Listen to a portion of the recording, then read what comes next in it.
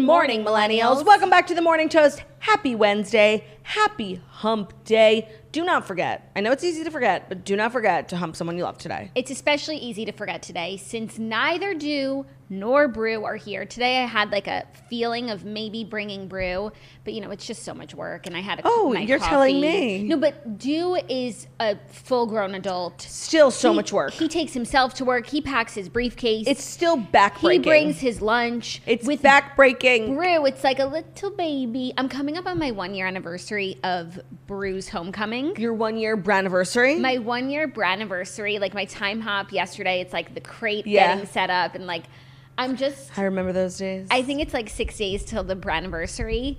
And I'm literally just going to like cry all day. Like it's just so crazy, this journey that I've been on in the last year. And what this man Brew has brought to my life. And what his role in the journey was. And I don't know if anyone out there is thinking about getting a puppy right now. And I know it's a lot of responsibility and a lot of work. Yes. But I just need to let you know, I don't remember any of that. I only remember the love. It has been worth it on every single level. And Brew actually took kind of a long time to get trained. And, you know, sometimes he still has his moments. And I wouldn't trade it for the world. So if you're looking for a sign to get a puppy or even, you know, a cat or... No, this is not a sign to get a cat. A hamster. Sure. A pet of any sort. A pet rock. Do it because it will change your life. Couldn't echo that sentiment any harder if I tried. I mean, I've been like trying to tell everyone this like forever. Like that first year, it is hard. You know, not to minimize. It's hard, but my God, is it worth it? And you know what? Now looking back at the year, like that portion where Brew literally needed to go out every 30 minutes feels like it was, you know, a dream. No, but it feels like it was such a short period of time. They just need to grow a little bit to get the bladder bigger. And then they can hold it for longer. But at that time, it was just still so exciting. And I'm feeling, you know, very grateful for the Brew in my life. I absolutely love to hear that. Happy anniversary to Bruno, to you, Zach, the whole family. We'll be celebrating the whole week. So I think we're going to do 7 days of Brew love here that. at the show. Unfortunately, I am gone for the next 7 days, so I will miss it. Ben said he was going to be happy to celebrate for the first 3 days because he loves being an uncle to Brew, even though I think he's met him like 3 times. No, Ben loves Brew. He does? Yeah, he talks about Bruno all the time. He said that? Yeah. No, he literally doesn't even know Brew. No, not at all. But speaking of Ben, today is my last show of the week because I'm headed to Roma to eat some spaghetti. You know, I was actually thinking this morning, I do not know like one thing. I don't know how to say anything in Italian. Yeah, you do. Ciao. Ciao. Bella. I should have done Babel. It's not too late. Do it on the plane. Because like honestly, these classes are snackable. Traveling to a country where you don't know like, and even like, you know, where's the bathroom? Like, it's kind of dangerous. Buongiorno. I think I'm fluent. Molto bene. Mozzarella. You should do Babbel on the plane. 100%. Snackable classes. Today's not sponsored by Babbel. I was just thinking last night how I legit don't know like one lick of Italian. But Ben is filling in for me tomorrow, Friday, and Monday. So if you have something you've been wanting to ask Ben or just something you've been thinking about getting Ben's take on, let us know. Yeah. Ben is full of takes. He is full of takes. They're usually terrible. I look forward to hearing what he brings to the table. You know, I do love an out-of-the-box take. I do. So OOTBT. Yeah. So I am here for whatever he wants to bring to the show. No, you two will get along swimmingly. Like Ben, like when I ask him to like form an opinion on like toast stuff or just in general when he's having like an opinion on something, he'll come up with like the worst take ever just because like he wants to be like contrarian and different. And you know, that element I do respect, but the take is so bad. No, you can't just do it for the sake of doing it, you know? Can I be honest with you? Sometimes it feels like you have your like controversial takes, like just for the sake of being a contrarian. And that's your feeling, and that's not fact. I don't do it for the sake of it. I do it because I think most of the time, if everybody's saying the exact same thing and it seems too simple and too good to be true, you know, there's multiple sides to every story, and you've got to look at it from a layered perspective. Sure.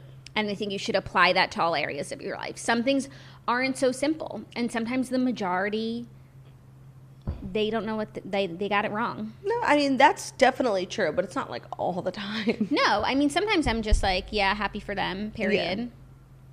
You're full of hot takes. So it should be a very interesting week with you and Ben. I mean, it makes for an interesting show. 100%. So that's Thursday, Friday, and Monday with Ben. I'll be back on Tuesday. Try not to miss me so much. I am really, I'm actually going to watch, I can't do Babel on the Plane. I'm going to watch the Lizzie McGuire movie before I fall asleep. I kind of just need some inspiration from Miss Ungermeyer. That's what I'm going to do. Okay, have fun. And I'm going to listen to the soundtrack. And I actually, if you have any good captions, like Lizzie McGuire, I like forgot all like the, I don't even remember what happened in the movie. I just remember. You're going to watch a movie. Sneaky Brown knows her with a hidden agenda. But if you went to Rome and you have like some good captions that you use that are like Lizzie McGuire, Miss Ungermeyer, like references, do send them my way because I'm curious. You're about to watch a movie. You're going to be chock full. No. Just because I watch a movie, I need like creative, like maybe ideas for TikToks, like something. If you have any ideas, just send them my way. Okay. Do you plan on doing a lot of content on this trip? 100%. Cool. And it's going to be all Lizzie McGuire. Like, what else is there to do in Rome except talk about the Lizzie McGuire movie? That's true. What other movies take place in Rome? Like, none. What's that Anna Faris movie? What happened? No, not something about Rome. Do you know what I'm talking about? It's like one of her million like rom-coms. I think like Josh Duhamel was in it. It's like they built. What is that movie? Hold on. Romantic comedy. Are you but you know what I'm talking about? Romantic comedy Rome. Is Nah. Am I making this movie up in my head? Yeah, because it doesn't ring a bell, and I'm quite familiar with her catalog. No, but maybe not Anna Faris, but like one of those girls. Like, what's it about? Like Rome. I don't know. There's like a wedding in Rome, and like he's gonna be her date. Honestly, it didn't come up. Like, I haven't seen it, but I'm it's sure it's not I'm To sure. Rome with Love. I don't even know what that is. There's a Sarah Jessica Parker movie, All Roads Lead to Rome. That's not it. Maybe I am just like making up this movie in my head. What about the one with Brittany Murphy and Ashton Kutcher where they're like newlyweds? Oh, yeah. Honeymoon. They're on their honeymoon. What's that movie called? Google it. That is the best movie. And is it in Rome? No. It's Rome vibes. Okay. But it could be, like Milan. You know, that movie is like always playing on E! Movies We Love. What is this called? Just Married. Okay, where does it take place? Everywhere. Just Married. Okay. So it was nominated for a Golden Globe. What? Okay. It doesn't have like their itinerary on here, but I don't think that they went to. Wow, the movie made $100 million. It was that good. It was People that know quality. good. Oh, Venice. Oh. Not Rome. Same but different. Same but different. But yeah, so like if you have any good, I don't know. So the only cultural reference I know is the Lizzie McGuire movie. So Got it. If you have any good captions that you use and like got like so many likes on, like let me know because I want to steal it. Okay, cool. Simple enough. Because obviously the first one is like me at the Trevi Fountain feeling like a sneaky brown noser with a hidden agenda. Why does that have to be Trevi Fountain? Because that's like so Rome. Okay. I mean, I guess I could just like geotag, but like I want it to be like this really Roman picture. And like for me, when I think Rome, I think sneaky brown noser with a hidden agenda. Okay. What do you think of? Paolo. Oh, also Eurotrip. But like I don't really like know that movie. Yeah. Or the references. Except they've elected a new pope when like the white smoke comes out. Yeah. That'll be one of my captions too. Okay, perfect. I'm starting a You're Google good Doc. to go. No, like You're gonna have to take a lot of pictures. Do you think your friends are up to the task? Like your husband's not going. Okay, so Ben's not going. TPG's not going. Okay, but I have Abe. Oh, okay. Abe is like one of my best friends from high school, and he's very like actually very artsy, and he can take a pic. Okay. And he knows he's been tasked like. Because I got so many dresses, like I'm gonna look so cute. Except like I did get this gown that I fully intend to rewear like maybe to 3 more weddings. And I'm thinking I actually won't take any pictures at the actual wedding in the dress, like for my Instagram. Yeah, I think that's a good idea. Because I don't know how everyone's keeping up with all these weddings. Like dresses, everything. Like everything on Revolve is on back order. Like you can't get a gown on Revolve until literally December. That's true. I actually just had to order some dresses. And of course the ones that I liked were on pre-order. And of course. That didn't help anything. But I do feel like, I was actually just thinking about this, I do feel like it's easier than ever to get dresses. Like I remember when I was in college, like you would have formal and like you would have to borrow a dress from a friend. Right. Now these girls just have a revolving door of Revolve packages with like formal dresses. I never went to a formal, like. You haven't lived. Really? What did they do? It was just like, it was like a college party, but it was formal. So like everyone dressed up? Everyone dressed up. And What you did had boys wear? Like suit, very wow. nice. And you had a date, so there was like a romantic element. And so some people just like invited a friend for Right. formal. But like sometimes it was like if you had a crush on someone and like they have a formal, are they going to invite you? Oh my God. And how many times, how frequent were the formals? So like each each group would have like one a season. So like 2 a year per house. So there's a lot of formals going around. And how many houses are there? And like sometimes 15? they would have, it depends on the school. Right. And also, I'm sure that depends on the school too. But also, sometimes they would have like a formal and a semi-formal. Like they had the big one and a smaller one. So it's just like was really. So how many formals did you go to? And when you ask someone to a formal, is it like a big deal, or do you just like send it via text? You send it via text. Okay. But like it's a big deal. No, but they don't make like a big production. No, it's not prom every single week. It's not like a proposal. It's not prom every week. It's not Rockchella. No, it's not Rockchella. How many formals did I went to a fair share of formals. Like, and were you like a gal who got asked? Because honestly, I think as much as it sounds really fun, I'm so grateful. Think it would be hurtful? I think I'm so grateful I went to NYU because, like, okay, let's say all of your, it's okay, there's so many, you don't have to be invited to everyone, but like all your friends are going to one and then you're like scrambling to find a date like some pathetic loser. Okay, but like it never really happened in such a sad way like that. For example, if all of your... But it would happen for me though. No, but like if all of your friends were going, then they were all going with like a group of guys who were friends, say, and then there was more than likely like someone in their group of friends who didn't have a date and would invite you. Like it usually worked out like that.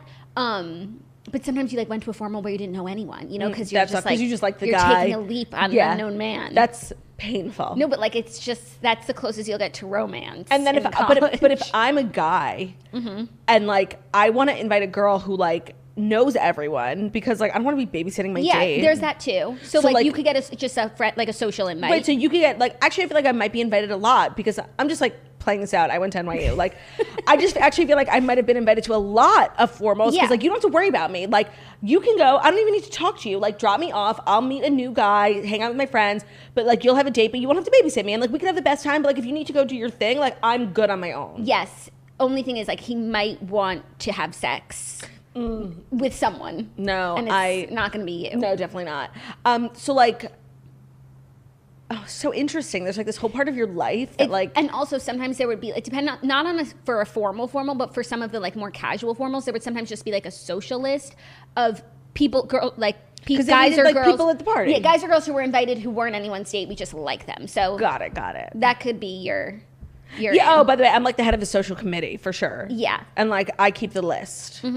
Love that. Oh, you know, I was watching a TikTok that was like, you know, top 10 schools that consume the most beer. Number 1 was like University of Wisconsin. Colgate was like number 4. That's crazy because the population of Colgate is so small. It's like 3,000 max. That's crazy, yo. Crazy. That's a lot of beer. It's whack. I didn't contribute to any of it. Yeah. Never Actually, drank a we beer. did keg stands that one time. We did? Yeah, we took pictures. You did? You did one too. I don't know if I did. You definitely did one. Maybe for the picture, but still, I was definitely not drinking. Some of my fondest memories are those weekends that we used to visit you at college. Ooh, what a time. What a place. And just to clarify, I just don't drink beer. I drank like other things. I just am not a beer girly. In my old age, I actually have started to enjoy it quite a bit. You have. You know, it's just like something that I'm just trying to reconcile. It's like my college years were just a few years off from like canned cocktails. Yeah, like White Claw, Spritz obviously. Spritz Society. Like that would have changed my college experience if like I didn't always have to like pregame before because there wasn't like going to be vodka shots. at the party. Yeah. Like because some schools like ban hard alcohol at party. Like oh my god, there was so much chaos surrounding like trying to get a drink if you weren't a beer drinker, and that like White Claw just solved that 100%. And like now if you go, I mean I haven't been to a college party, but I imagine there's just cases of like truly White Claw, Spritz Society. God, I can't even imagine. I agree, like that is a game changer, and honestly that's such a good call. Yeah, I think about it often. I'm happy for the kids now, but you know I really would have been just like my whole life would have been different. Totally. But we have an amazing show for you guys. It is my last show of the week, so I'm just going to try and make it my best one yet. We do have a juicy TV recap. We've got Vanderpump Rules, which I did catch up on, and last night's episode was fine. Last night was also the season finale of Only Murders in the Building, the most perfect show on television. Most perfect. We watched it, and I did watch the new episode of Impeachment. Me and Ben literally stumbled in, and he's like, is impeachment on? He doesn't even remember my birthday, but he knows that, you know, Tuesday at 9:00 is impeachment. And I was like, I don't know. And we recorded it and it was on and it was so good. So now you're watching week to week, you think? I mean, I didn't plan on it, but Ben all of a sudden is like this timely person. And we watched it and it didn't, I mean, I would love to just binge it. It's so good. And when the episode ends, I'm like depressed. So we'll see moving forward how I handle it. But I would love for it to just be dropped. Like, leave, like, it's enough. And when you watch on FX, there's commercials. Like, it's not a premium experience. But then it goes to Hulu the next day? Yeah, but I use Zach Shapiro's Hulu, and he don't have that, like, extra subscription. I'm about to, like, just click it for him. But I bought the whole season on iTunes, so, like, they download them automatically. Got it. I have them all recorded on my TV, so I'll watch that way. Can I tell you, like, how unenjoyable it is to skip through the commercials? Like, when I watch on iTunes, it was literally like a film. It's like an hour long. There's like, it goes black and then it comes and you have to do anything. And last night I was like every 5 minutes, like with the clicker. Like, it's so annoying. So annoying. These are some tough times we're living in. So that will be the TV recap segment. We've got the Fast Five, and I don't have anything else to say unless you do. No, I had a lovely evening of nesting last night. I cooked, so I started because I just wanted to make a salad to go with my dressing. I was still in the fridge, and then I was like, I have some chicken, let's cook that up. And then I was like, we need a starch, made some pasta. So I really created a whole culinary experience. It looked really good. It was really good. And when I'm so funny, like, I just decided like 4 o'clock, I'm like, time to cook dinner.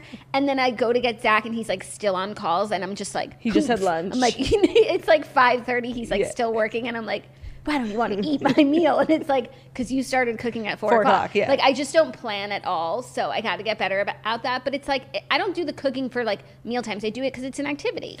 Obviously. So that was fun. And then I read a lot last night. I'm reading Apples Never Fall by Liane Moriarty. You know her. Mm-hmm. She's Big Little Lies, 9 Perfect Strangers, Husband Secret, What Alice Forgot, which is still my favorite Liane Moriarty book, but maybe it's just because it was the first one that I read. And I'm really enjoying Apples Never Fall. For some reason, the description like made me think it was spooky about like a murder. It's not spooky at all. And I just like love her voice, Liane Moriarty. Like, I was cracking up this character that's like the mom of the family. It's just so funny. And she's like, the house is so quiet now that all her kids are grown.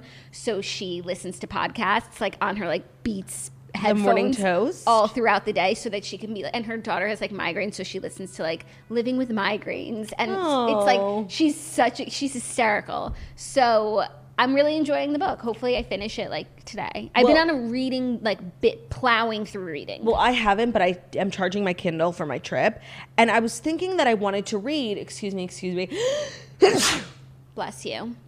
That I wanted to read that new Housewives book by Dave. We're going to talk about it in the stories today, okay, because I want to talk about to read or not to read. Okay, same. So then I'll save what I was going to say. Okay. And I also have Beach Read on deck. That's all I was going to say. I haven't read it yet. I liked it when I read it. I don't know if that's your next book. We'll talk about it. Okay, then give me some like just generic, murder, thrill, romance, something like silly, Like, what was that book about the girl who got married in Nantucket, but then there was a murder at the wedding? That was it Ellen Hildebrand? Yeah. 27. No. The Perfect Couple. The Perfect Couple, yes. Like some shit Ellen. like that, Okay, I'm going through something nonsensical. Nonsensical. I'm looking. I've had such a weird year of reading. Jackie, my flight is at 5:30, and I get in at 7 a.m. That Rome time. Like, do you sleep the whole time? Well, you'll sleep as much as you can. Yeah, but like, should I take like a sleeping pill and just like try and sleep the 8 hours so I wake up like refreshed 7 a.m. in Rome? Yikes. I know. I don't know. Or do you sleep a little bit more when you get to the hotel till like 11? Yeah, but like once I'm in Rome, I just want to, be a sneaky brown noser with my hidden agenda. That is true. Do you read The Good Sister by Sally Hepworth yet? No, I didn't. It's really good. Okay, done. I think that's the one. We stand Sally Hepworth in this house. We really do. I need to like go read some of her other books. But before I can do that, without further ado, it is time for the Fast 5 stories that you need to know before you wake up and take a bite out of your morning toast. I just remembered I didn't put on deodorant today. That does not have anything to do with today's sponsor. I just, when like you lift your armpits and there's like a little moisture. No, not moisture. I wouldn't say moisture, actually. I would say more of like a textured stickiness. Like when you like lift and like the flaps of your armpits like are sticking together. Yep. And then I'm like, oh yeah, I didn't put on deodorant. Today's episode is brought to you by Modern Fertility. Did you know that a simple finger prick can unlock tons of insight into your reproductive health? We're talking egg count, menopause timing, if your hormone levels indicate conditions like thyroid disorders or even PCOS. So these are all good things to know whether or not kids are in your future. And there's so much about fertility that's a complete mystery. And that's where modern fertility hormone tests come in. Think of your fertility hormones as tiny detectives that can bring you tons of insight into your egg count, reproductive timeline, and even possible outcomes for egg freezing and IVF. It's everything you need to know to get proactive about your fertility. So you can get really important fertility insight without going to the doctor or even leaving your house. Modern Fertility makes it possible with easy at-home fertility hormone testing. It's time for a new type of education that puts your reproductive goals front and center. So the traditional guidance with fertility has always been just wait and see. But now we have tools to help us plan and track for everything in our lives. And fertility is absolutely no different. Knowledge is power. So the more you know, you can make better decisions for your body, your health, and your future. You've probably thought that the next step in your career and your relationship, but what about next step for planning kids? Women are having children later in life, but biology has not changed. So Modern Fertility is an easy and affordable way to test your fertility hormones at home with a simple finger prick. You mail it in with a prepaid label. You'll get your personalized test results within 10 days. The traditional testing at your doctor can cost over $1,000, but Modern Fertility gets you the same information at $159. And if you go to modernfertility.com/toast, you can get $20 off your test. Also, if you have an HSA or an FSA, you can put those dollars towards Modern Fertility. So Modern Fertility is offering our listeners $20 off the test when you go to modernfertility.com/toast, which means that $159 test is now going to cost you $139. So get that $20 off your fertility test at modernfertility.com/toast. Toast, Awesome. toast. Okay, our first story, this has been a roller coaster, you guys, and right now we're on another, I would say we're going up. We're climbing. Lala Ken is home with Randall, according to TMZ, and not calling off the engagement yet. Lala and Randall are trying to save their engagement. TMZ has learned they're at home together working on their relationship, even as rumors fly that they've split. Sources familiar with the situation tell TMZ that Lala and Randall have not broken off their engagement, despite reports to the contrary. They're told Lala went to the Beverly Hills Hotel on Sunday night and stayed there as part of a planned night out with her girlfriends, and she's now back home in the couple's Bel Air estate. And according to the Instagram photos that they've been posting, it does look like, referencing the pictures she's posted, it actually looks like that's in their house. They also have a podcast, and they released a podcast episode yesterday and mentioned nothing of this. Well, it probably was pre-recorded. I read somewhere that it was just recorded, but there's no proof of that.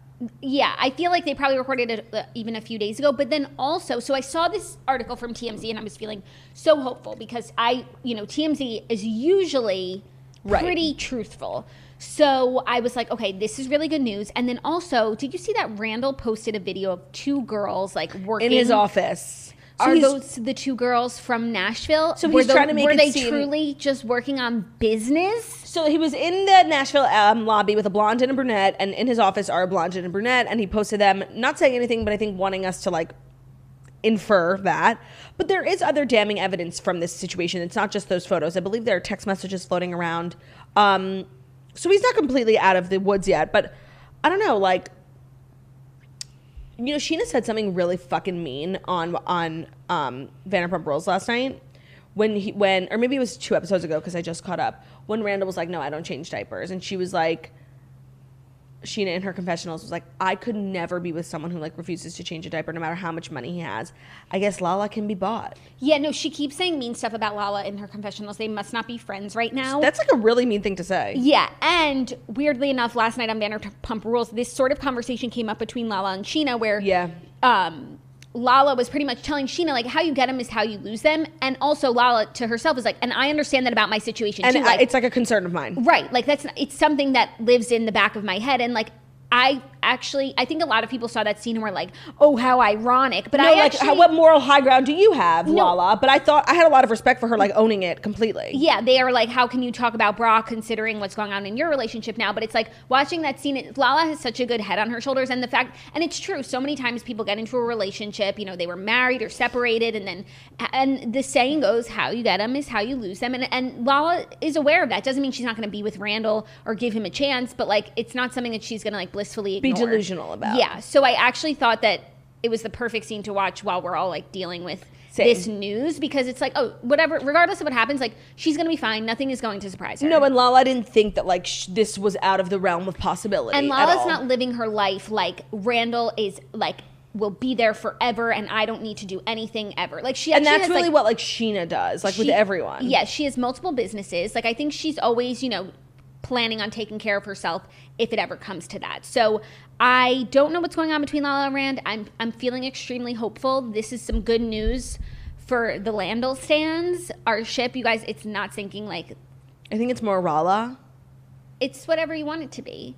And I'm feeling like for once, my optimism has paid off. Yeah, no, you're always like delusionally optimistic, and like more often than not, like Kim and Kanye, like the world lets you down. So like you needed this. With Kim and Kanye, I actually think my optimism protected me because I never really had to deal so when everyone was reporting that they were separating, divorcing, and they never confirmed it, I was like, okay, well, they haven't confirmed it, so it's like I don't have to grieve yet because it might not be. Mm-hmm. And then by the time she did share it on Keeping Up, I was way more prepared to hear it. Yes, of course. It softened the blow all the time. And then I was like, okay, so that's true. Like, they're not together, but this isn't now new news to me. Like, I'm okay with it. And now they're in a place where they're so simpatico that it's like, I never had to grieve. I skipped the grieving process altogether. That's true. And now I'm so familiar with the idea of them not being together. Being, like, separate, but, like, simpatico. Yeah, and so it's the best case scenario. Sometimes your optimism can protect you. I do think Lala and Randall will probably be fine.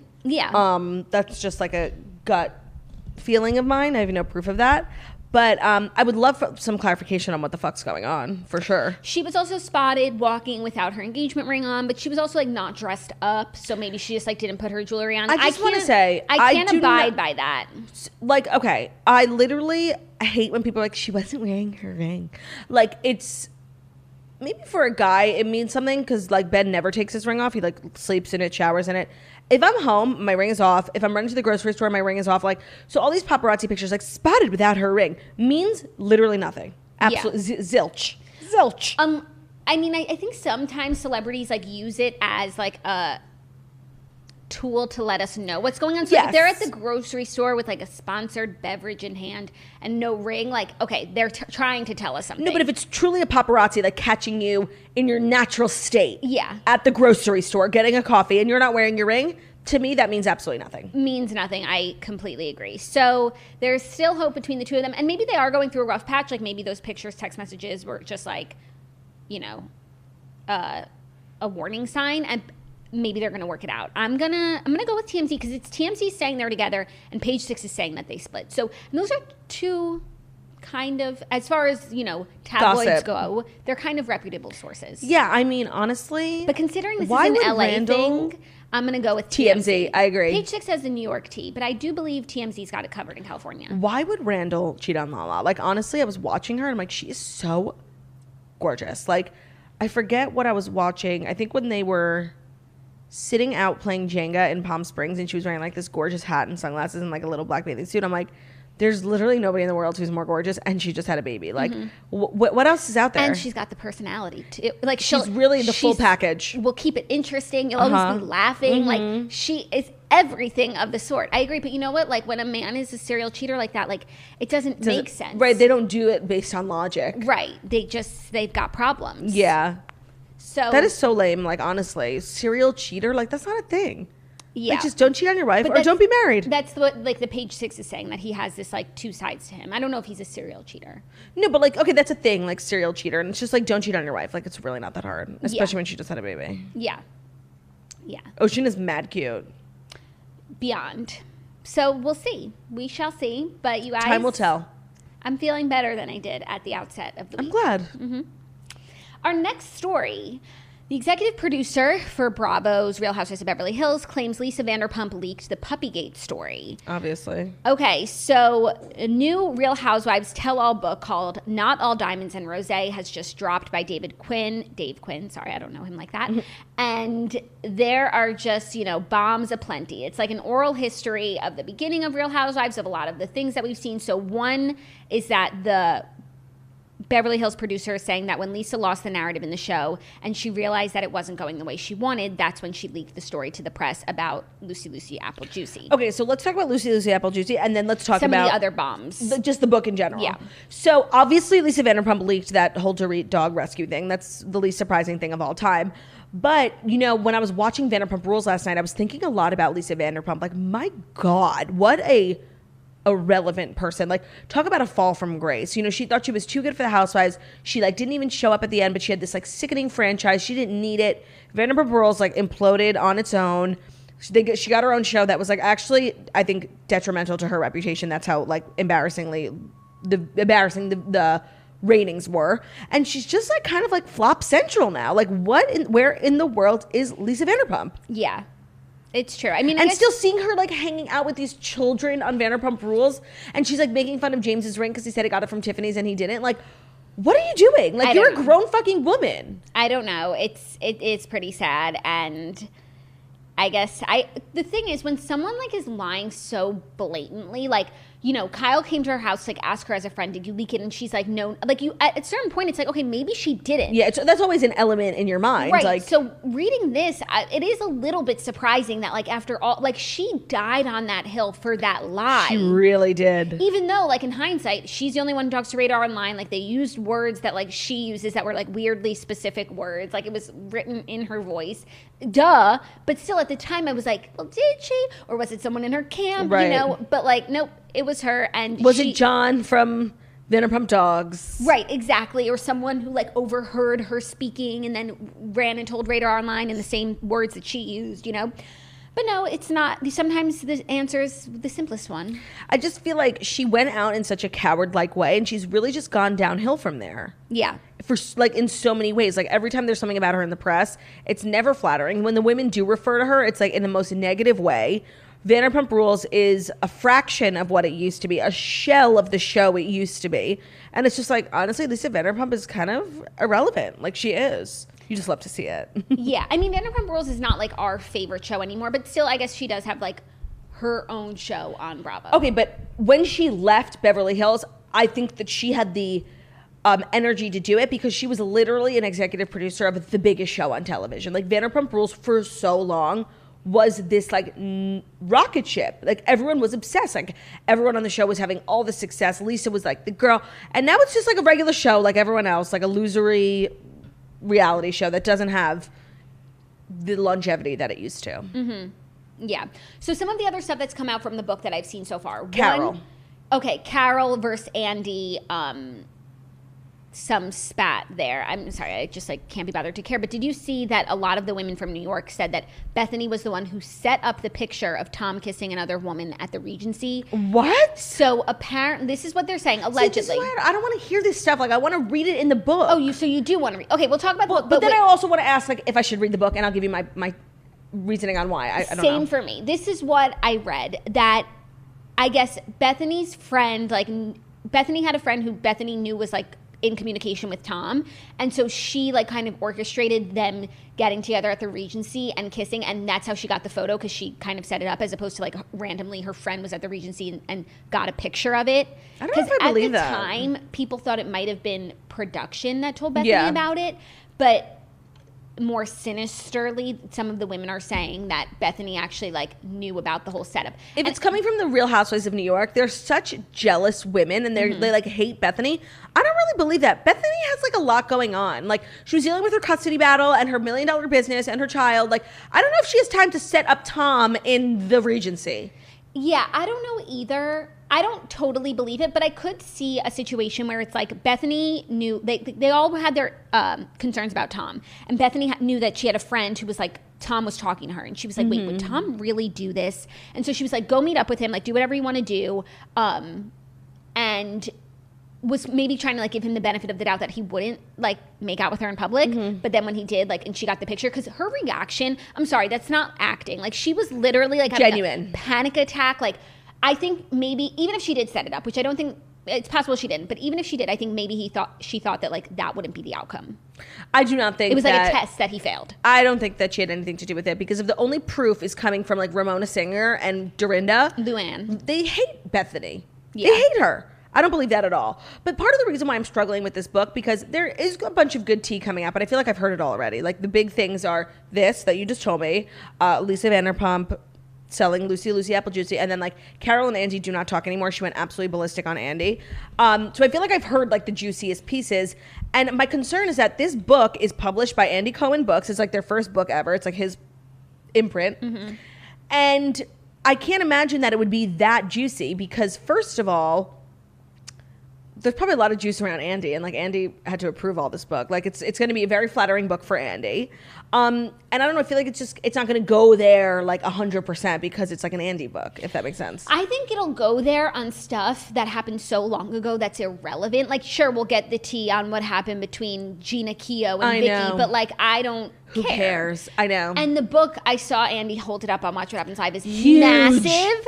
So maybe, like, I'm not downloading that on my Kindle. No, I was actually thinking it's much more of a physical read, and it's like maybe a cute like thing to put on your coffee table, and like maybe you just, I agree, it's too big to put on a Kindle. Like, it's overwhelming. It's like a textbook. It's a textbook. So my conclusion was that I wasn't going to read it because I don't think I'm that level of housewife fan anymore. That's Me too. Like, I've got to read the books too. I mean, so sometimes like when a book comes out that's like has bombshells, and you see in like every news article another day, another bombshell, like Jessica Simpson. It's like, oh my God, I have to read this. I'm not even going to look at the spoilers. This doesn't feel that way to me. I'm like, I'm happy to just get the nuggets from the news. Well, to be honest, it's such a thick book, and I feel like so much of it is about Orange County because it really was the first franchise. I know that Vicky's like very involved in the book, as is Scott Dunlop, who produced and produces Orange County. And like, to be honest, like I really don't care about Orange County, like not in the slightest. To me, the first franchise is New York, and like you want to fight me on that, that's fine. Like I know that Orange County was like a year or two before, but the New York women put the show on the map. Yeah. If this book had come out a few years ago, I probably would have read it. But I just don't feel like I don't have the reverence for the show that I once did. I agree. So I don't really care about the tea. And if it was like shorter, I might have read it, but it does feel weird because didn't Brian Moylan just write a book like this? Yeah. The Real Story of the Real Housewives. Yeah, but is that part of it, Andy's imprint? No. So it feels like this is like the more in-depth version. Yeah. But Andy was so involved with this book, it gives it like the stamp of approval. Yes. But then also it makes you wonder, like, you know, it's definitely been vetted. Yes, right. Okay, I'm looking at Brian Moylan's And like, book. are they putting stuff in there about how much everyone's getting paid? Like, that's the shit I want to know. Yeah, I don't know. I wonder if the book's going to do well. I feel like it will. And they're like, Bravo and every housewife was at the party last night. Like, everyone is giving it 100%. I'm sure it will do well. Yeah. There's tons of fans. We're going to continue on with our stories, but not before I let you know that today's episode is brought to you by ShipStation. The holidays are coming up, and if you're selling anything online, it's time to prepare for the busiest time of year. Between growing your business, managing inventory, and juggling orders, you've got a lot going on this holiday season. So make shipping the easiest part of your day with ShipStation. So if you have an Etsy shop, you Poshmark, anything on like a side hustle or your main business, you make jewelry, the holidays are nuts. Like, there's so many delays with shipping. You got to get on top of it, and I highly recommend ShipStation. Figuring out the best way to ship your orders can be frustrating, but ShipStation makes it quick, easy, and convenient. You easily import your orders from any sales channel, automate just about any shipping task, so you spend less time sorting through orders and more time doing what you do best. ShipStation integrates all selling channels into one simple dashboard so you can seamlessly connect carriers, print shipping labels, and get products to the door fast. Over 100,000 sellers use ShipStation in their business, and they work with all the major carriers and give you exclusive discounts on UPS and USPS, so you can compare carriers and choose the best solution for you and your customers. With ShipStation, small businesses can now access the same rates that are usually reserved for Fortune 500 companies. So again, if you have an Etsy shop, an eBay store, Poshmark, any business where you sell, check out ShipStation. It will make your life 1,000 times easier. It's never too early to start prepping for the holiday rush, so get a head start with ShipStation. Our listeners can use code TOAST to get a 60-day free trial just in time for the holidays. That's 2 months of stress-free holiday shopping for free, holiday shipping, for free. Just go to ShipStation, click on the microphone at the top, and enter in TOAST ShipStation. Make ship happen. Love it. Okay. I love a punny slogan. We do love it. Our next story, Celion Dion has been forced to delay her Las Vegas residency over severe muscle spasms. Celion Dion is delaying the opening of her new residency because of severe and persistent muscle spasms, she announced on Tuesday morning. The unforeseen medical symptoms have been preventing her from performing, so the songstress is canceling her dates that were originally scheduled from November 5th to November 21st and January 19th to February 5th. If you guys had tickets, I'm really sorry. Well, I really hope she's okay, but selfishly, I'm like so relieved because November 5th, like, Brian had tickets in Vegas, but it is your birthday and I would never miss your birthday. So I said, no, Brian, I can't go to this amazing once in a lifetime chance because I love my sister more than life itself. And now it got canceled. So I didn't even have to go. Didn't have to make the choice. This is really like concerning. I hope everything is truly okay. I Have know. to cancel so many shows. I know, and like, I'm not saying that she's lying, but like, you know, when celebrities release things like this, they always have a reason, and it's always something else, and it's none of our business. So I really hope that whatever is actually going on, because I don't think it's muscle spasms, because I don't know if that would take a month, you know. I really, really hope she's okay. Like, she's a queen. She gives us so much. Yeah. She is the soundtrack of our lives, and like whatever time she needs, like we will give her the time and the grace. I hope she's okay. Yeah. Take the time, all the time that she needs. Plus, like, her performances are so, like, obviously vocally she gives us everything and more, and just physically, emotionally, and so she needs to always be operating at like 100. You know, she can't really, there's no phoning it in when you're Celion Dion. So I understand, like, you know, if not everything is working properly, then we need to postpone. And let's remember, she's been doing this for so long. She's been through so much. If she needs time off, she needs time off, and she does not need to give me an explanation. I also feel like in this day and age, like, people postponing tours, residencies, concert dates, like, so common. It's so common, and it's like, okay, what's another 6 month wait? Right. No, because of COVID, like, we all got our money back, and we saw like the world didn't end. So now, like, people are just like shifting, canceling, adding shows. It's like, it's actually lovely. Like, it's much more flexible now. Yeah, it is, and it seems like less of a big deal. Like, when someone used to like cancel a tour, it would be like worldwide news, and now it's just maybe like, you know, COVID stuff, they just like use it as an excuse now, probably as well. But it must be a relief for them that it's like they don't have to upend their whole business. Oh yeah, like if I'm canceling a show due to poor ticket sales, I'm 100% saying it's because of COVID. Like 100%. Someone in the venue has COVID. Like 100%. I'm just know, like if I ever cancel a show, I'm gonna regret saying this. It's because nobody bought tickets. Like that's the only reason to cancel a show, unless like I break my leg. No, or like maybe something came up in your, say the ticket sales were like meh, something came up that you'd rather be doing. And you like, there's other reasons, because Las Vegas, Nevada, Celine's Dirty Jeans not tour canceling because of ticket sales. No, okay, so like literally, I was supposed to go. No, definitely not. I was supposed to do a show in Vegas, and it was like such a big push. Like I was on a billboard in Vegas, and when we launched, it's like 1,000-person theater. I sold 100 tickets, and they were very like. Vegas is a weird market. You sell the tickets 2 weeks before. Like that's just how it goes. Because people don't know they're going to Vegas until they're in Vegas. And I'm like, and I understand that, but like you have to understand how my business works. Like the toasters, the Patreon, like we are prepared. Like we get our tickets months in advance. I don't have a good feeling about this. And I'm not traveling 6 hours when I was going to Vegas for my birthday. Remember my 25th, oh my God, I'm so old. 25th birthday, Ocean's 25. And then I was going to have to go back to Vegas like 2 weeks later. I'm like, I'm not like killing myself just to get, no offense, to see 100 people. How pathetic is that? So I'm like, cancel. And the 100 people were upset. And I'm sorry, but like. But it was COVID. Thank you. There was a deadly illness penetrating through the mirage. Yeah. So what can you do? And I had like this gorgeous. It was out of her hands. I had this like gorgeous wall that was like Bob Saget, Amy Schumer, like Claudia Oshry. I think I took it down. You should have just done the show just to. Really? Just for that. I just didn't want to wait it out. Like, I'm sure more tickets. I'm sure I could have gotten to like 500 by the time of the show. But like, I hate performing in front of half-filled rooms. It's depressing. Trust me, I've done it a lot. Casino Rama. Ooh, that was dark. Where's that? Outside of Toronto. It's in Rama, Ontario. Honestly, I don't even know where it is. But that sounds right. Yeah.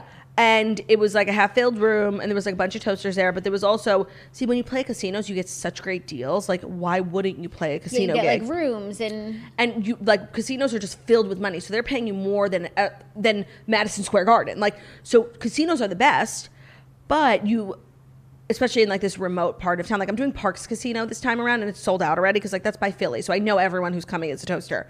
But when you perform at a casino, you get out on the casino email list. Yeah. To like the VIPs, the locals. And so when I was in Casino Rama, I would say there was probably like 800 people there in a place that filled 3,000. So it felt very small. And I would say about 200 of them were toasters. And the rest were just like, what is this? Did they enjoy themselves? You know what? I've done worse shows. Like I think I really captivated the people who had no idea like who I am or what I was doing. You have to know who you're talking to, because if I'm in a toasty crowd, I can just be like, RDH, and everyone will be like, yeah. But like if I'm in front of normal human beings and they're like RDH, you're like, what? Yeah. You have to like explain it. Yeah. So not to make this whole Celion Dion shutdown about myself, I just do have a lot of theatrical experience. Sorry. But the good news is her world tour is still scheduled to resume on March 9th. So she'll be back on the road if you want to go see her. I'm following her around for sure. Yeah. It's crazy that was the last concert that I've been to. So she's going back out on March 9th. We literally went to her concert on March 5th. It will be 2 years that she'll be That's insane. off the road. That's insanity. I'm so excited to get to a concert. Like, that's really what I miss most in life. So you're not going to come to Luke Combs like next month, right? No. And that kills me. I'm going to have to go. I'm going to have You to throw your phone out. put my phone in a drawer and, like, not ever look. Like, I will literally have tears in my eyes. Every time Snitch goes to a concert that, like, I would, you know, have wanted to go to, it is the hardest thing. That's the only thing that gives me FOMO. And that's, like, what I'm so looking forward to doing After when you're I pregnant, can. yeah. I mean, not to rub it in, I'm so fucking excited for Luke Combs. 2 nights. We're going on both nights at Madison Square Garden. Like, You're just like so proud of my friend Luke. First of all, you're not allowed to talk about it. Okay, I'm fine. sorry. That's fair. That's fair. Like you, no, 100%. When so I'm rude. not on the show, talk about it. It's just that is going to. Look at you, mean. What? It's gonna break my heart. Did I say what you said? I couldn't talk about it. I didn't say one word. I just made an excited gesture to the camera. I'm allowed to be excited.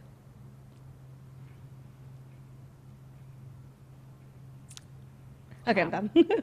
Okay, next story. Kristin Cavallari is calling her split with Jay Cutler probably the best decision that she ever made. On Caitlin Bristowe's podcast. Yes, Kristin Cavallari went on Off the Vine, and she is opening up about her split with Jay Cutler, saying it was probably the brightest and saddest time of her life. She said, there's been times over the last 18 months where I'm like, is this the right decision? Jay and I actually went on a couple of dates like months and months and months ago. She was like, we did, but then I was like, it's not there for me anymore. So I guess they split up, and then like she was having the thoughts, and so she was like, let's see each other again. And it was like, nope. She said, the thing with Jay is we aren't getting our divorce because of love lost, which made it really challenging because we were crazy about each other. And so I just decided I didn't want to be in a toxic relationship anymore, and I had to break it off. But that's made it hard and made me sit here and question it for a few months. But then going back and dating him a little bit made me reaffirm it. Like, no, I know that I'm doing the right thing.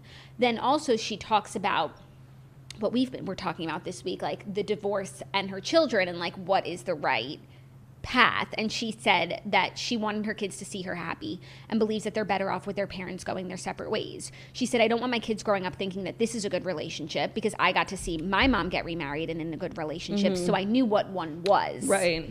So an interesting POV on this discussion. Yeah, and she also was basically like, if we didn't have kids, I would never see this man again, but like I have to.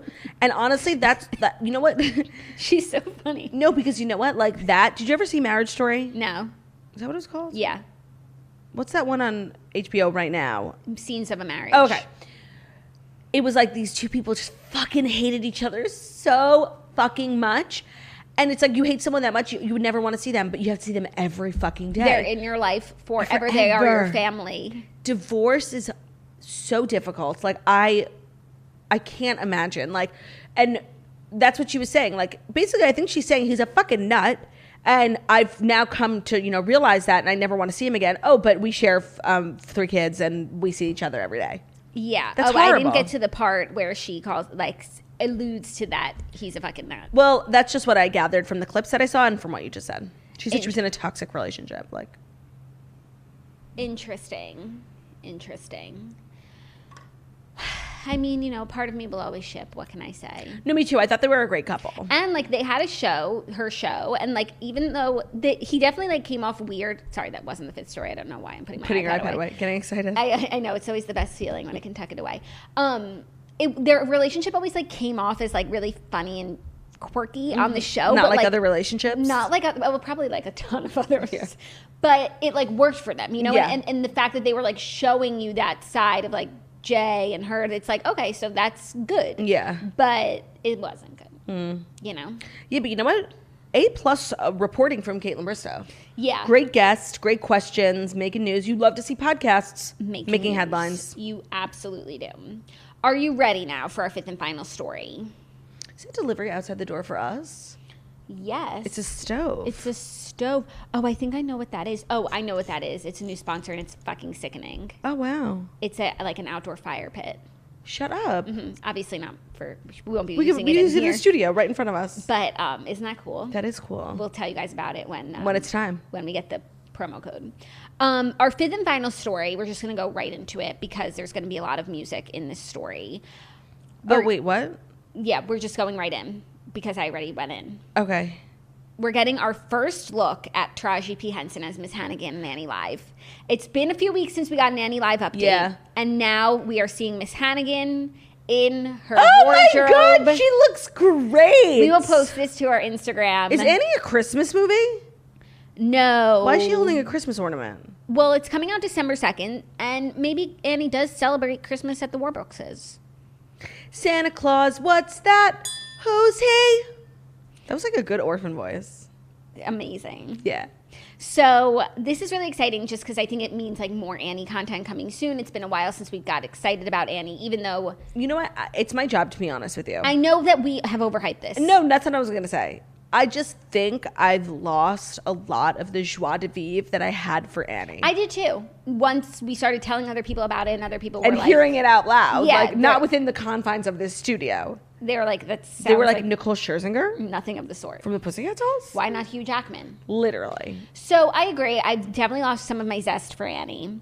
But I want to get it back because it was exciting to be excited about something. And when is it? Big way. When and where is it premiering? December 2nd on NBC, Annie Live. Annie Live. We're going to give it...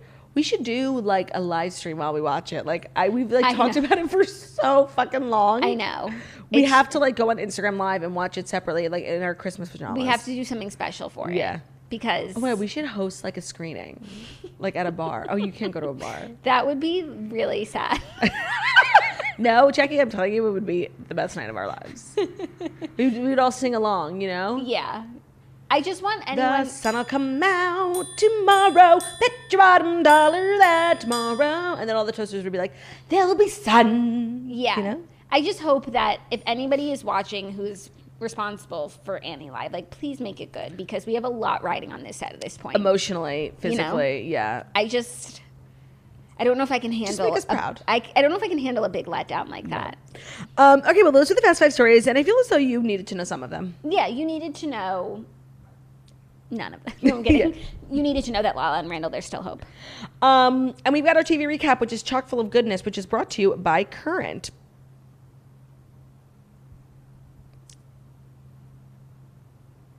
Sorry, my phone is frozen. Just give me 1 second if you can. Current is a technology company that lets you manage your money on your phone. They believe banking should be more accessible and affordable with no surprises and no minimum balances. Current's easy-to-use app and debit card gives you flexibility, freedom, and faster access to your money.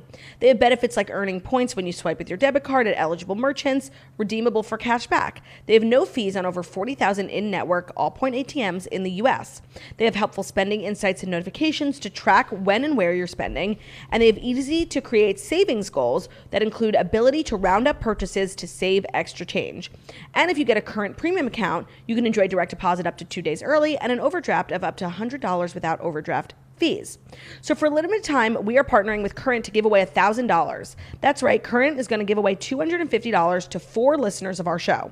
All you have to do is download the Current app and enter code TOAST during sign up for a chance to win.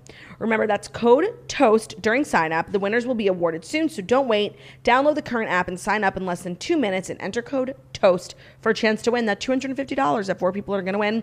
Visit current.com/toast for full terms and conditions. Great. Okay, let's talk about Only Murders in the Building. Okay. Because a 10th episode premiered. We know who killed Tim Kono. Spoiler alert. There will be major spoilers here because the show is over and now we're going to be talking about it. Okay, so Jan's the killer. And to be honest, like, I really didn't see that coming. And even like last week's episode when it was like she's not the first bassoonist and they found the bassoon cleaner, I'm like, there must be some sort of explanation. And then it really did turn out to be her, and she was a very good actress, like very diabolical, loved it all, loved the ending, like him being on the drugs. And honestly, when he stood up out of that hysterical. So funny. But the thing is with this show is like, I honestly don't even care who, like when you watch a thriller, like I was just watching Clickbait and I could not wait to get to the end. I'm like, how does this show end? I don't even care. Like, I just love watching these people, like, you know, go on this journey. Like, I'm not so invested in like who did what. And now I see people trying to like put together, well, who killed Bunny if he was wearing the sweatshirt and she stumbled in? Like, I don't care. Like, I just can't wait for next season to see the gang get back together. Yeah. So I loved the way that it ended for 2 reasons. I thought that the murderer was very like a satisfying ending, and it made a lot of sense. And also now watching it back, there were so many clues, and especially because like once we found out he was poisoned, and they do say poison is a women's weapon, so we should have been able to like narrow it down. So I think that felt very satiating, that like that was a good killer, makes sense, wraps it up nicely. Someone that we know, not just like some far-flung character that they throw in. So that was great. And then 2, it opened it up for season 2.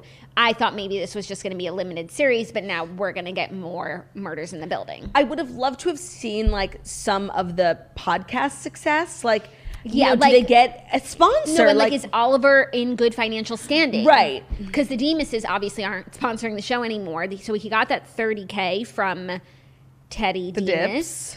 But then for their finale, like they should have sold it for like, at least $50K, and like I just need Oliver to keep his apartment. No, I know. And like now they're like under arrest, so I'm like, are they gonna be able to operate their business? And like now Tina Fey's like coming in trying to steal their podcast, like I'm making a podcast about them, but like it was their thing. Yeah. I mean, I'm sure they'll get out and they'll do their podcast in season 2. I'm worried about their financial standing. Yeah, me too. Not Brazos. Not Brazos.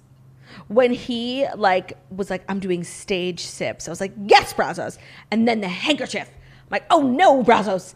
And it was just a very exciting show. I loved it. Yeah, it was so good. It was so well done. It was so funny. Selena Gomez was amazing. Like I just have a whole new outlook on her. Same. And she's such a great actress. And she's just a great gal. Like I was just loving her. I followed her on TikTok this morning. Like I love Selena Gomez. Yeah. I never thought I'd say that. But she hasn't been doing that much promo for the show, because I was looking at her Instagram. No, like she doesn't really talk about it. Literally. But like if I were her, I would be shouting it from the rooftops. This is a work of art. This is the best thing she's done in years.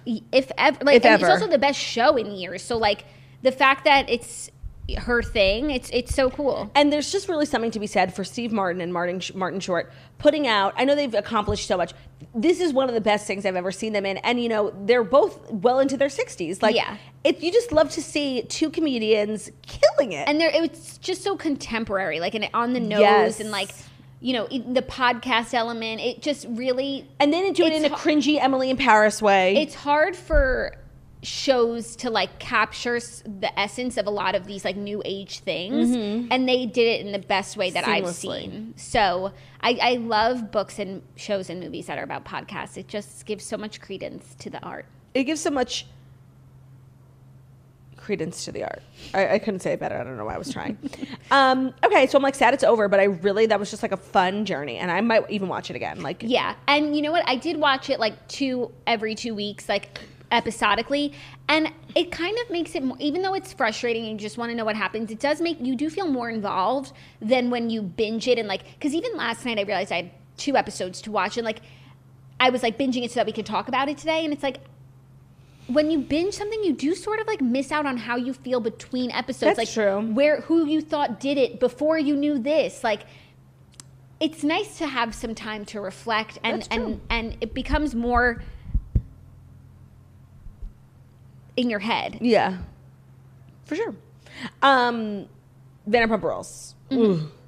So here's the thing. Oh wait, I want to ask you about last week's episode, because do you agree with me about James and Raquel? Yeah, I think they're so fucking cute and nice, and like honestly, I just don't understand why he keeps saying it's a Tiffany's ring when it's not from Tiffany's.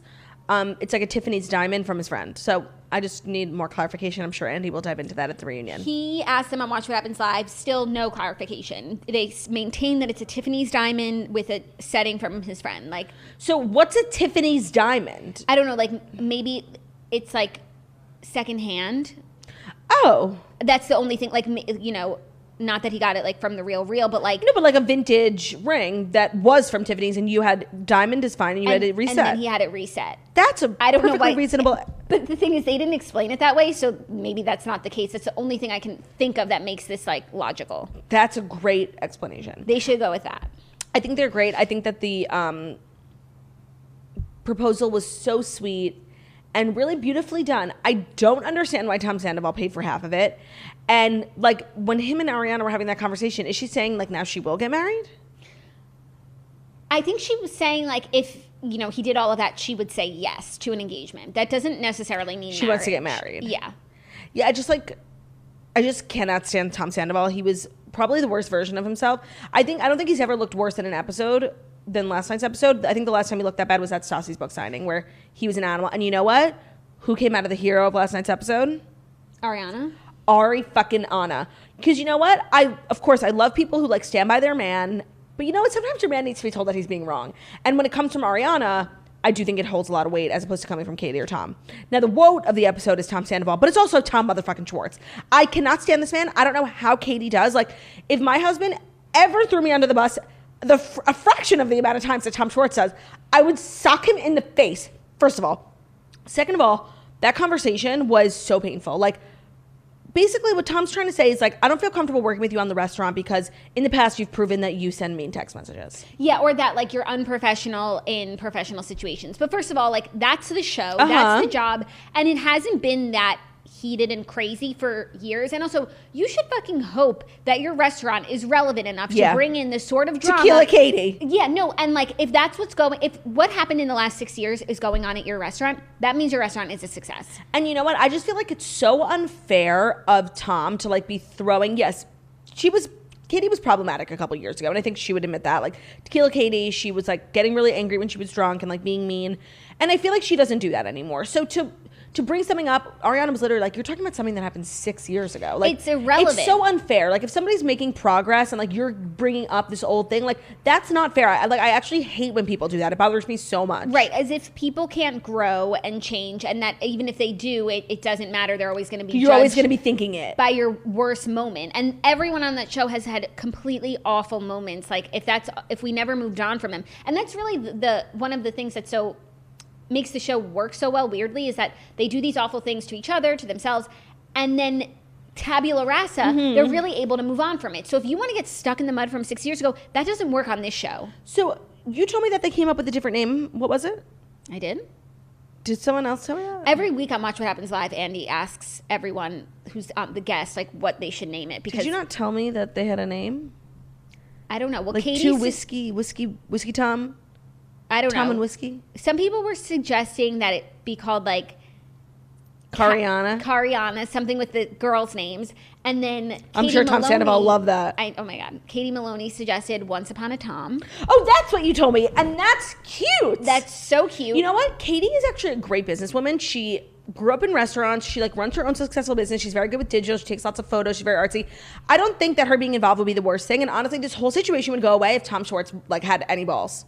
He'd be like, this is my wife. It's our business. She's obviously being involved. Fuck off. He's so annoying. And the dynamic between the two of them, like it used to be like this cute thing when they were just like a C line plot of the show. But now that it's A line, and it's like when they were sitting in Palm Springs and Tom Schwartz was like, you did such an amazing job on the Rachella. I'm going to give you the name. I was like, yeah. Okay, that was so unbelievably lame. And also this like thing, Tom Sandoval being extra, and he came over with that basket like full of vagina candles, like, and the face mask. So he did. That's Claudia, not a personality trait. I'm Claudia, sorry. The show is being ruined for me. Like I can't. Like, so for me, like the Rachella stuff and like him being so extra about James's engagement, and then like when it all went well, he was like, we did it. And it's like, no, it was nothing to do with this. It was really weird. It was so weird. It was so losery. And also like, he thinks that he is the main character. He is single-handedly ruining the show. It's shocking to me. Like, it's so fucking cringy. I want to jump out of my skin. I know. He's awful. Like, he's really awful. And then, so not only does he do, so if he wants to, you know, spend $12,500 on James's engagement while also taking like a mortgage out on his house. I can't watch people who make such dumb financial mistakes. Like, make those financial decisions. Like, that's one thing. But then he also acts like an absolute psychopath later in the episode to Katie. And now I'm like, oh, okay, so you're annoying and you're evil. Goodbye. No, and it's like you're actually making really bad decisions. Like the name, the finances, like you're like actually, if there's any reason that this restaurant isn't like successful or taking off yet, is because you are in charge. Like that's why. So to come at Katie, who's just trying to be helpful, and I get it's annoying when you have ideas and someone like is being constructive and it's just like basically tearing your ideas down. But a bad idea is a bad idea. Also, they have Tom Tom, which is like a swanky West Hollywood joint that's named after them. if they want this new restaurant to be a little bit different and stand apart, like, they should incorporate their wives. They should make it like, so it's like Lisa would always say, and I actually thought it was a good reference. She would say, Villa Blanca is where you take your wife, Sir is where you take your mistress, Pump is where you take your boyfriend, and then I think Tom Tom would be where you take your girlfriends. Yeah. And Once Upon a Tom should be where you go on a double date. Like, where, group fun. So Jenga. He should be leaning into things that make this different from Tom Tom, because I don't know that there's that enough to go around in this day and age of people who want to go to Tom Tom Part 2 and they just after Sir and Pump and Villa Blanca, and like people who want to go to Tom Tom but like couldn't get in that night. Yeah. No, I mean, this restaurant storyline is actually so uninteresting just because Sandoval's taking it over. But the Sheena and Brock thing is actually really interesting. And, like, I do feel really bad for Sheena. And also, like, I kind of, like Brock. Like, I think that he brings good energy. And I do think he's 100% right about Sheena's mom. Like, I get that it's your mom, but, like, if we're paying someone on salary, like, I can wake up early and go to the gym and play pickleball because we have someone on salary. Like, and it's just awkward that it's Sheena's mom. But, like, that's what it is. Yeah, that didn't bother me so much about it. I mean, I said that last week, like, him going to play pickleball and, like, because he's, like, striving to win and do his best. With like, the group? It was cute to me. Cute, like. But so I actually really did side with him on, like, the Sheena's mom stuff. And obviously it's fucking weird that he hasn't seen his kids in 4 years. And, like, I guess, okay, 2 years out of the pandemic, so, like, 2 years. But he moved to America to have a better life. Like, he wasn't living, like, in the desert. He was living in Australia. Like, no, and also they said he moved to America to give a better life to his kids. But, like, is he sending money? Is he sending money home to Australia? Is his former wife, accepting money because she has a new husband? I don't know who's married and who's not, but is their money being exchanged? Otherwise, you're just in America for yourself. Yeah, it feels like he moved to America and, like, is relieved of the fact that his ex-wife has a new husband. He really filled in, like, the stepdad role, and, like, the kids are being taken care of. Yeah.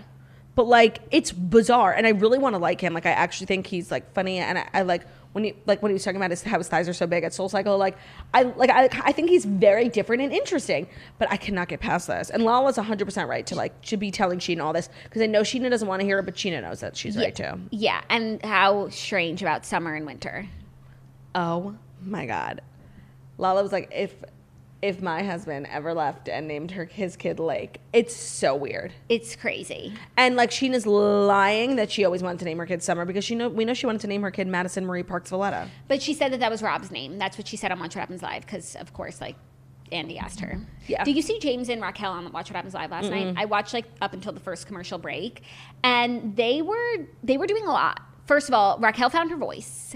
She said that Katie is getting involved in the business because she's bored at home. Not good. That's also just, like, not correct. Not good.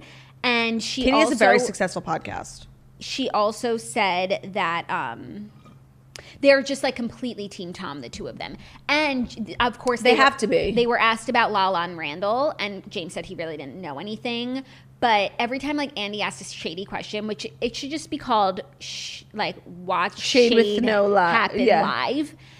Watch Shade happen live. And James, like, always, like, hesitated, was, like, about to give, like, the shady answer, and then, like, said the nice thing because I don't think he wants issues with Lala. Yeah. But, like, there's something there. Yeah. Oh, I mean, like, I really do like James and Raquel. And, you know, Tom Sandoval is actually so far up James's ass. Of course James would be on his side. I'm so Team Katie, like, it hurts. Yeah. No, I'm so Team Katie this season, just on every level. Like, of course, she's being hilarious. She's being hilarious. Like, no one wants to be there, least of all her. And she's just giving us everything by giving us nothing. But you know what? It was really interesting just to hear even Lisa mention Stassi and Jax and Brittany. Like, it was crazy because and you know what? I think a lot of us have wondered, like, if Katie wants kids, and it's real. I'm, like, really sad for her that she, like, had spent a lot of COVID trying and never got there. And it's just, like, people are so annoying when they ask that question. But hearing Lisa, like, even just speak of, like, the dead cast members, I'm like, what? It was crazy. No, it was shocking. And it was like, I was glad that she said it because it's like, we're all thinking it. Obviously. You know? it's one thing if it was just Sheena and Lala. Like, those aren't even Katie's closest friends. But when you add in Brittany and Sassy, yes, everyone around her did just have a baby. And we just do need to acknowledge that in telling the whole story. Yeah, I thought that was. And then also they were referring back to Sassy's book signing. Like, it was just crazy to hear her name. Yeah, it was. Okay, so that was Vanderpump Rules. And then impeachment. Jackie, it's so fucking good. And last night's episode was the part where, like, the media takes on Monica. And it was so sad. And it really got me thinking, like, two things. One, how wonderful that there was no internet, because she was glued to the television, like, watching late night. And, like, it's so crazy because this was, like, not even long ago. And the things that, like, Jay Leno and, like, Dave Letterman, who everyone's like, Dave Letterman, the things they were saying, like, were so fucking evil. And it's not even like it was that long ago. But the fact that there was no internet is such a blessing for Monica. Like, I can't imagine how much worse it could have been. But, like, they did an SNL skit about Monica and Linda. And, like, Linda was like this heavy woman, and like John Goodman played her, and like you just see Linda, like Linda's the fucking worst, but like you see her in her house watching John Goodman pretend to be her, and like it's so sad. So while it's crazy, I mean, it's so much better that it happened without the internet. I do think a lot of the shit that, you know, that flew back in the 90s would never have flown today. Like the narrative, just basically being like, you know, Monica's legs, Monica this, Monica that. When it's like, no, build this, build that. Yeah. So I think that like it would have been better if it had happened now, but it also would have been worse because of the internet. So it's like more content, but the narrative would never have been like, you know, Bill Clinton could get any man in the world and he wanted Monica. Like gross, like shit like that. And it was just, Beanie did a really good job. It was actually a really sad episode. That's making me really sad. They put on, like on the TV, like the real SNL skit. I had never seen it. Molly Shannon played Monica and John Goodman played Linda Tripp. And it was actually really sad to watch. Like, and Beanie, Monica, like I couldn't get off. She had to watch everything. Like she couldn't stop. And yeah, it's just so good. Like I really recommend it. There's 3 more episodes. I'm going to try and like batch them up, but I'm just, and Ben is hooked. I'll watch maybe when there's 2 left so that I can like come in and slide right into home. That's nice.